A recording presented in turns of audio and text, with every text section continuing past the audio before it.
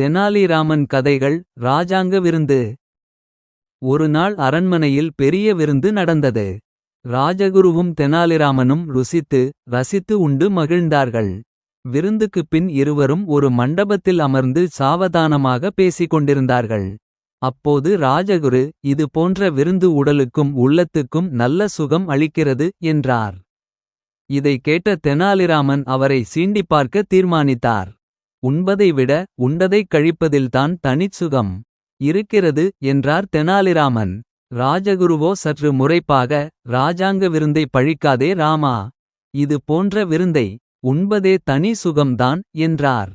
தெனாலிராமனோ, கொண்டதை விட கழிப்பதில் தனிசுகம் இருக்கிறது என்பதை நான் ஒரு நாளைக்கு உங்களுக்கு உணர்த்துகிறேன் என்று கூறி அங்கிருந்து சென்றுவிட்டார்.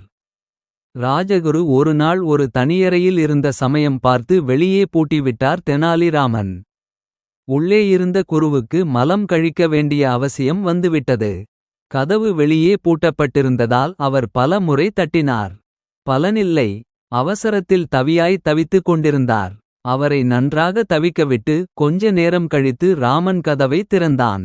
அவர் வேகமாக வெளியே வந்து கழிவறை நோக்கி ஓடினார். சிறிது நேரம் கழித்து வெளியே வந்த ராஜகுரு தெனாலிராமனை பார்த்து மூச்சு வாங்க பேசினார்.